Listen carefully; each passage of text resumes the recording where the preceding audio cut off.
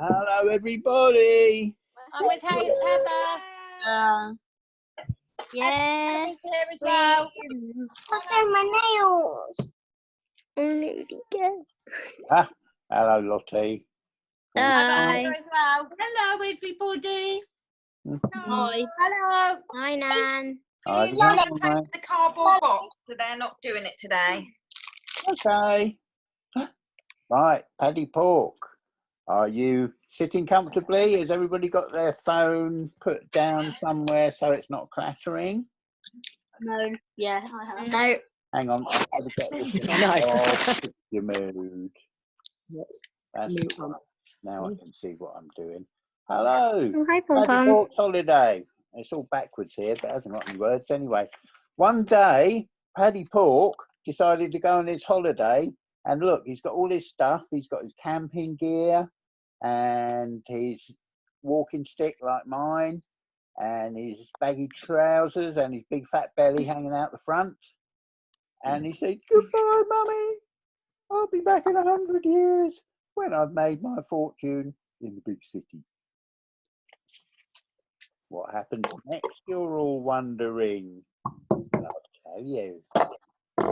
Off he went down the road with his knapsack on his back. Lovely countryside where he lives.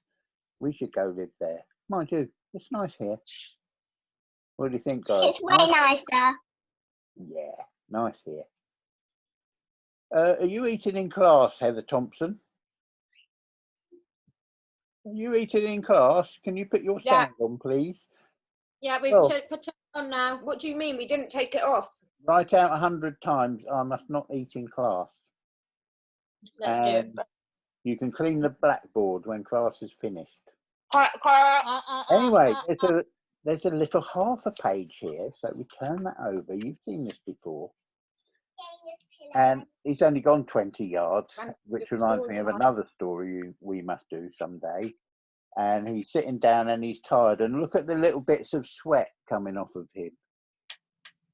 And the little flies flying around, which they always do. They're so annoying when you're hot and bothered. Anyway, magnificent oak tree, and you can see down the road where he's going. He's going a long, long way. Well, by and by, whilst he was sitting under the tree taking his ease, along comes a very important man in a motor car. And Paddy Pork thinks, perhaps he'll give me a lift. But the haughty gentleman doesn't give him a lift and drives straight by. How many times have we all done that when a lonely hitchhiker has been on the road? Not enough times, my children would say, because sometimes we stop and pick them up. Oh my God. Anyway, by and by, along comes another vehicle, and this time it's a horse with a lovely carriage on the back, with wheels drawn to be as if they're going round very fast. And Paddy Pork says, "Hello." And the horse would raise his hat and say good morning if a horse could raise his hat, but he can't. He's only got no arms. Anyway, "Would you like a lift?" says the bloke. "Yes," and he jumped up on the top like that. In the olden days, in the cowboy films, the cowboys always used to have a gunfight running along the top of a train. But they don't do that nowadays. Too dangerous, health and safety. Anyway, by and by, clattering along the road in the old cart, which is actually a very nice cart, they come upon the haughty gentleman, and his car's broken down! Ha! I'll teach you a lesson. Run it, guys. Yeah. No. Bye. Anyway, so down the road a little bit, Paddy Pork says, "That'll do nicely, thank you. Drop me off here." I thought maybe there'd be a sausage roll shop or a pasty shop or sweet shop. But no, it's just by the side of the road. So off he can go again. And the cart trundles away down the road. "Well, time to pitch my tent," said Paddy Pork. So he gets out all his camping stuff and he pitches the tent. But between you and me, it's looking a bit black over Will's mother's. What do you think? Looking a bit stormy?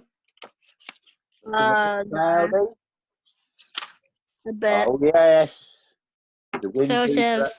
stormy winds do blow and he's sheltering his tent, but I think he's looking a bit worried.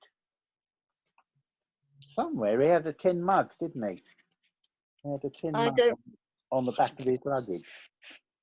And oh my goodness, up blows the wind, up blows the storm, and his tent's blown away and it's stuck in the tree. Oh no! Well, can pigs climb trees is the question you're all dying to know the answer to. No. Yes. What do you think? Can pigs climb trees? No. Yeah. It's a story. Look, I must say, that picture of him with his big fat bum, that reminds me of Nanny and Auntie Hazel when they bend over cleaning the floor. Hey, don't talk about that as my mum. Oh, sorry. Da, da, da, da, da, da, da, da, da, da. Anyway, he has to go further and further up the tree to try and reach his tent. I want my tent back. And meanwhile, look, dan, dan, dan, out of the tunnel is coming a fast express train. Doop, doop, all aboard-y.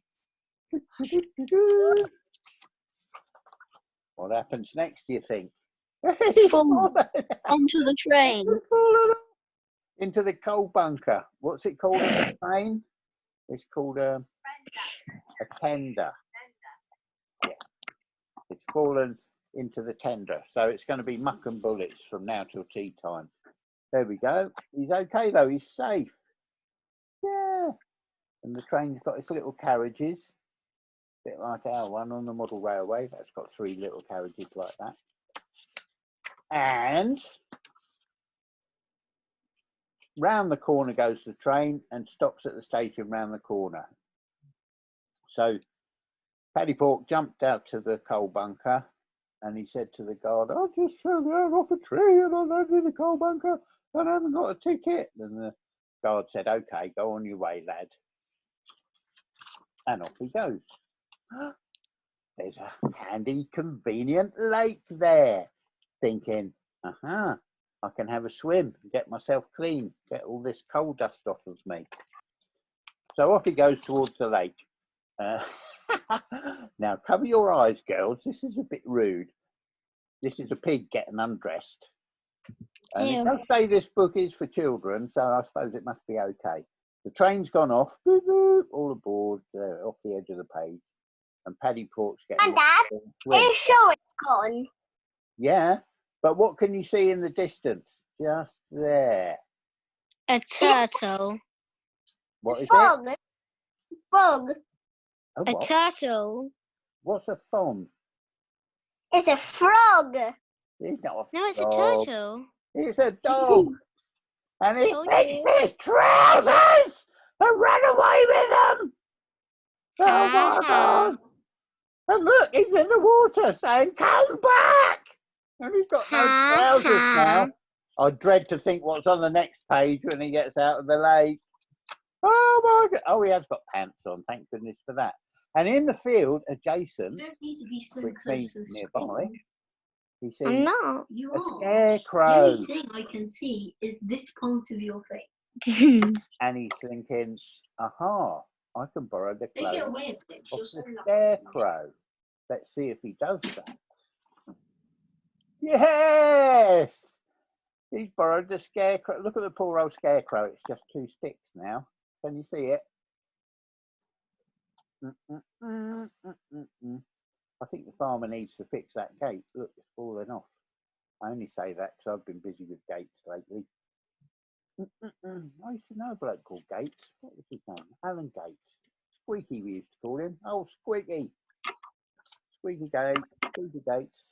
Hello, are we there already? Oh yeah, no, I forgot the middle bit. Oh yeah, that's right. So he's got his costume and he's all happily sorted. Right, off he goes on his way and he comes to the village. And at the village hall, there are people looking, well, not people, but other pigs looking at their watches because they're expecting a magnificent concert of a musician playing the piano. with a lovely concert for everybody in the village. And look, here are the people coming along the road that are coming to the concert to get their ticket and sit down and listen to the piano. And Paddy Pork walks by and he's got the Scarecrow's clothes on. And they think, oh, this is the important musician. Must be. Come this way, quickly. The crowd are waiting. And everybody's waiting there for the show to start. Look, see all the audience there? They're all waiting for the show. There's the grand piano. And they say, go on, go and start the show, because they're all expecting you and everyone's very excited. Oh, blimey, thought Paddy Pork. I can't play the flipping piano. But he sits on the stool and the village hall guy gives him a big introduction. Ladies and gentlemen, all the way from America, here is your favourite piano player, the great Master Stromboli. But it's not, it's Paddy Pork. And he doesn't know what to do with the piano, so he starts chucking all the music up in the air. Oh dear. That's what I would do. I can't play the piano either. I can play some things, but not the piano. Millie can. I can't play the piano. No, Millie can. Oh, Millie can. I thought you said Billy can. I thought it was time for dinner. Ha, ha, ha. April Fool. My teeth, so yeah, I was like, freezing. And then everybody realises it's not the great musician after all, and they begin to chase him off the stage. And everybody in the audience is most unimpressed by Paddy Pork's piano playing, such that they chase him out of the village hall and down the road. And meanwhile, look, the broken down car has been fixed and the real musician has come, and he's very cross because Paddy Pork, he thinks, is an imposter. But he's not an imposter, he just happened to turn up in the wrong place at the wrong time, which can happen as we go through life. But down the road, he meets his mate again with the lovely old horse and cart and carriage. And they've come for the apple picking. They said, Paddy Pork, would you like to join in with the apple picking? Would a pig like to join in with apple picking? Of course he would. So he goes up the step ladder with all the others, and old Mrs. Panacalty prepares the soup, which is probably apple soup.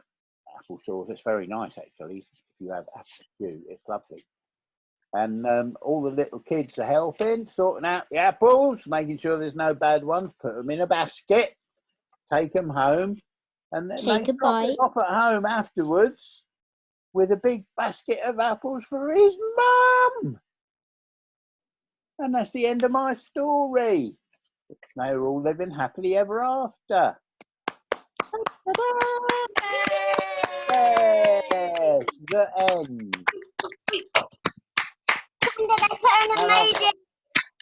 Well done, Grandad. Hang on, I've got to go. Love Look, you. on another day, we Love can have you. another Bye, Paddy Pork guys. story. And there's another one called Miss Bettina Shrew. We don't need all the Paddy Porks. I like them, the Paddy Porks, because they're pictures and you can make up your own words. Nice. Whereas in the Brothers Grimm, you have all the words, but no pictures. Anyway, cheers, guys. Bye. Bye. See you later, mashed potato. Yeah. Yeah.